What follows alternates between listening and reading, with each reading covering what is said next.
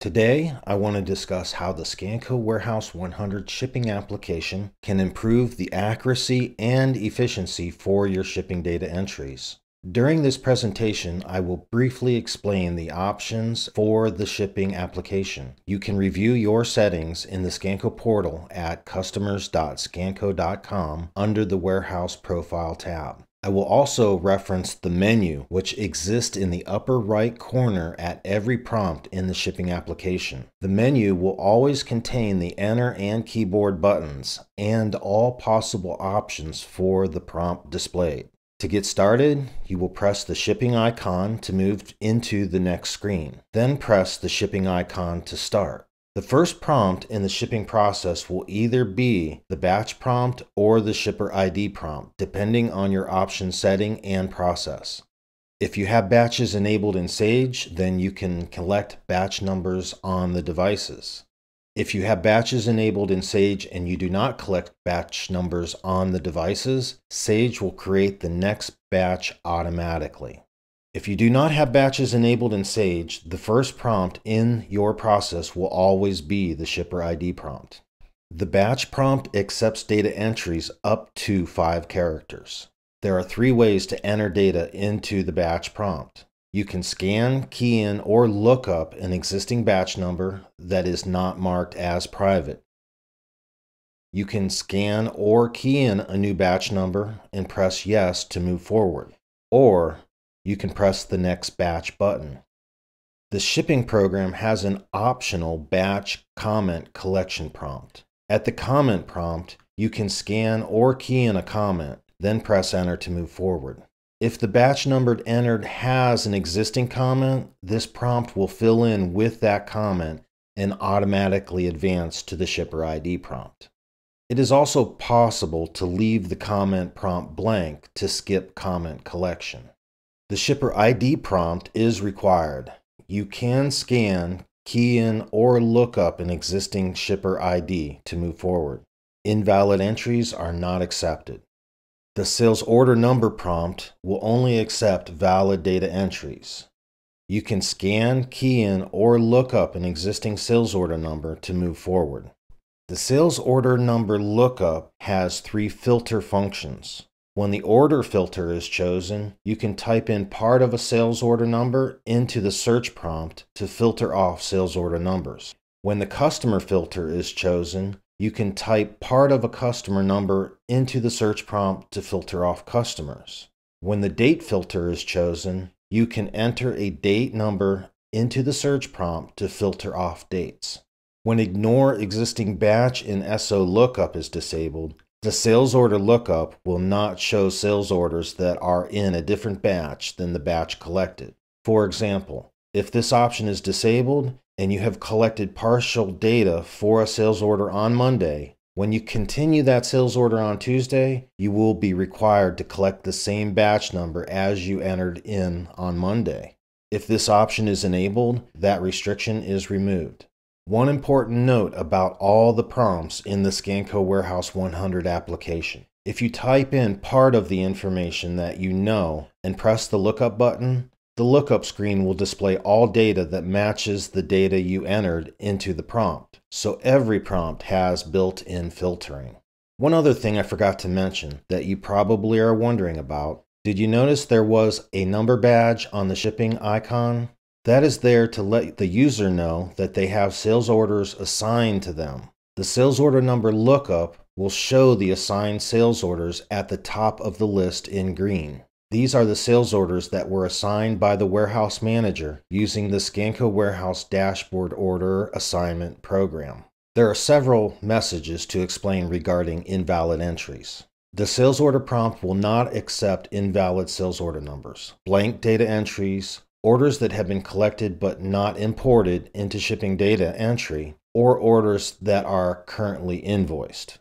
When the Ignore Customer Credit in Shipping is enabled, the device will allow the user to collect shipments for customers that are currently on credit hold in Sage. When this option is disabled, the user will not be able to collect the sales orders for customers that are currently on credit hold in Sage. You cannot have more than one user in the same sales order at the same time when allow multiple users per order is disabled. When allow multiple users per order is enabled, more than one user can be shipping the same order at the same time. This option is nice for large orders. One important note, no data will be sent to invoicing until all users have pressed the send button. So please remember, if any user forgets to press send, no data will go to invoicing. The shipping program will also restrict entering the same sales order number under two shipper IDs. This is a restriction imposed by Sage. The box prompt is required. This prompt will automatically fill in and the user can press enter to move forward. Or to change the box number, you can scan or key in a box number to move forward. Invalid entries are not accepted.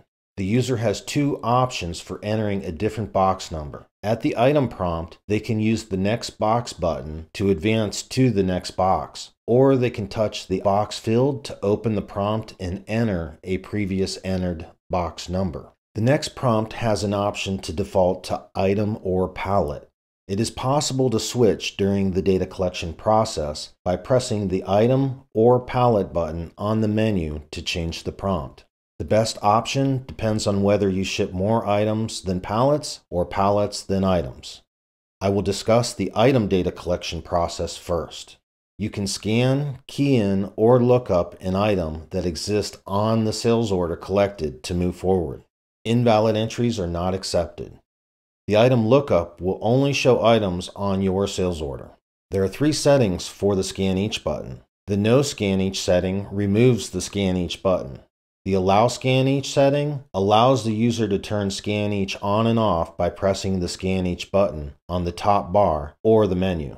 The user must press Yes to confirm enabling and disabling Scan Each. The Scan Each Always Enabled setting forces the Scan Each button on and the user cannot disable it.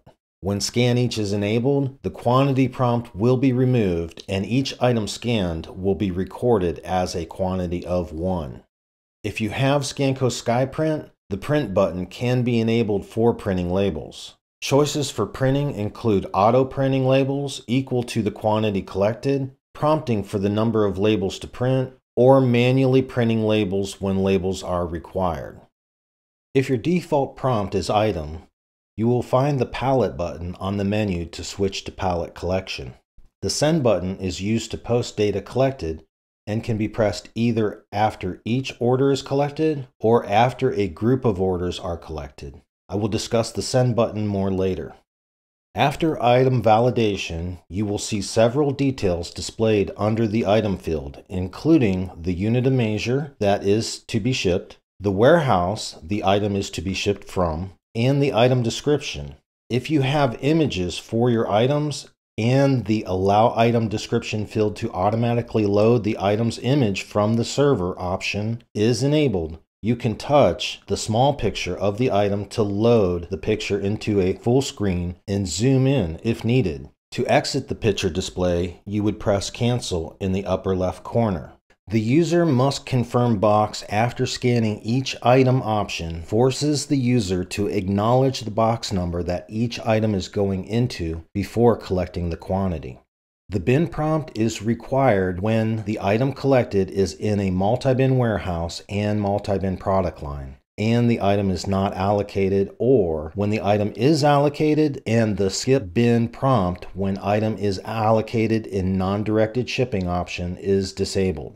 The skip bin prompt when item is allocated in non-directed shipping option removes the bin entry from the process when enabled and the item collected is allocated. One example would be if you used one of Scanco's picking programs to stage an order into a single bin, then you can scan the item to validate you are shipping the correct item, and we will automatically fill in the bin prompt and advance to the quantity prompt.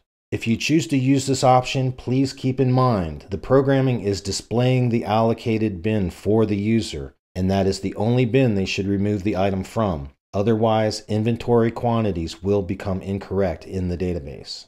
Please note, if you have assigned a primary bin for the item collected, the bin prompt will fill in and highlight that bin. The user can press Enter to accept that bin, or key in or scan a different bin. If the bin collected does not have quantity available, the user will receive this message. The bin lookup will show all locations where the item collected exists. If the item collected is allocated in a bin, that bin will be displayed at the top in green. If the bin lookup cannot find any valid bins, the user will receive this message. When select bin before item is enabled, the bin collection prompt is presented before the item prompt, allowing for faster item plus quantity collection when you are shipping items from a single bin. If the item collected is not lot controlled or serialized, the next prompt will be the quantity collection prompt if scan each is disabled. The user can key in or scan a valid quantity. Depending on how you have the allow over shipments option set, you will either be allowed to collect quantity up to the quantity ordered or collect a quantity higher than the quantity ordered after accepting this warning message. The quantity prompt does not accept a quantity of 0 and cannot be left blank. If the item collected is lot controlled, the user will be required to collect a valid lot number. You can scan, key in, or look up the lot number. The lot prompt cannot be left blank, and invalid lot numbers will not be accepted. The lot number lookup will show allocated lot numbers in green. After lot entry, the quantity for the lot must be entered. The same rules apply to this prompt as the previous explained quantity prompt. If the item collected is serialized, the user will be required to collect valid serial numbers. You can scan, key in, or look up the serial numbers. The serial prompt cannot be left blank, and invalid serial numbers will not be accepted. The serial number lookup will show allocated serial numbers in green. At the pallet prompt, you can scan, key in, or look up a pallet that contains an item or items that are on the sales order collected to move forward. The pallet lookup will show all pallets that contain an item or items that are on the sales order collected. If any pallet contains items that are allocated towards your sales order, they will be displayed in green. If there are no pallets containing items for the sales order collected, the pallet lookup button will display this message. If a pallet is collected that does not contain any items for the sales order collected, the program will display this message. Normally, scanning the pallet ID is all that is required. Some situations require additional data collection for items, lots, and serials. For example, if the order requires item A, quantity 80, and you have a pallet of item A with two different lot numbers, each with a quantity of 50, you will have to collect the item plus lot until you reach the quantity ordered. For this demonstration, I'll push the lookup button at the pallet prompt to see my pallet that's available for my order. I can also push the arrow on the right side to see the details for the pallet. The two lot numbers are shown. I'll choose the pallet from the lookup to move forward, where I receive my warning that this pallet contains items that are not allocated towards my sales order, and I am required to collect additional information. I'll use the lookup at the item prompt to show you the item and the quantity ordered. And then at my lot prompt, I will also use the lookup button to show you the two lot numbers, both with a quantity of 50. I'll move forward with collecting the first one, which takes a quantity of 50 from that lot number. My second item entry, choose it from the lookup once again. And then at the lot prompt, I'll use the lot lookup again to show you the last lot number on that pallet, where the program will consume 30 of that lot number and let us know that all the data has been collected for the order, and I can send it through to create the invoice now. I can also check my results on my import process to find out that the import program is not running at this time. Now I do have the refresh button that I can press to check the results one more time to find out that all records have been imported properly, and now my invoice is in place. When require allocations for pallets is enabled, the only pallets that will be accepted are pallets that have items allocated towards the sales order you are collecting.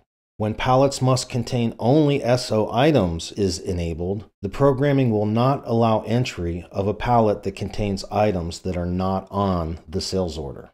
Choosing Review from the menu will display the items and/or pallets that have been collected. Touch any of the records displayed to see more data about that record. If you touch the item field, you can scan, key in, or look up another record. If you touch the box field, you can open the box prompt and enter a different box number. The user will need to choose yes to change the record displayed, or all similar to move all items from box to box. Then press OK on this message to move back to the review screen. The menu has different options depending on the type of record that is displayed. If you have Scanco SkyPrint, you can print labels from review. The choices that have trash can icons will delete collected data. Choosing delete item will remove what is shown on the screen. Delete lot will remove the lot shown on the screen. Delete serial will remove the serial shown on the screen. Delete palette will remove all records for the palette shown on the screen. Delete order will remove all records for the order number that is shown on the screen. There are a variety of confirmation messages that will display after deleting data. If you delete all the data for the order displayed, you will receive this message. Pressing OK will return you to the data collection section of the program. The Send button is the last step in the data collection process. When the user presses the Send button, they will receive the confirmation message. Pressing Yes will proceed with posting the collected data. When prompt for unresolved lines is enabled, the user will be warned if they have not collected all items for the sales orders that they have collected when pressing the Send button. Disabling this option will remove that warning message. After sending the collected data, the success message will be displayed, where the user can press OK to move forward to the sales order number prompt, or press the results button to check to see if the collected data has been imported properly. This concludes the Scanco Warehouse 100 shipping application presentation. Thank you for your time.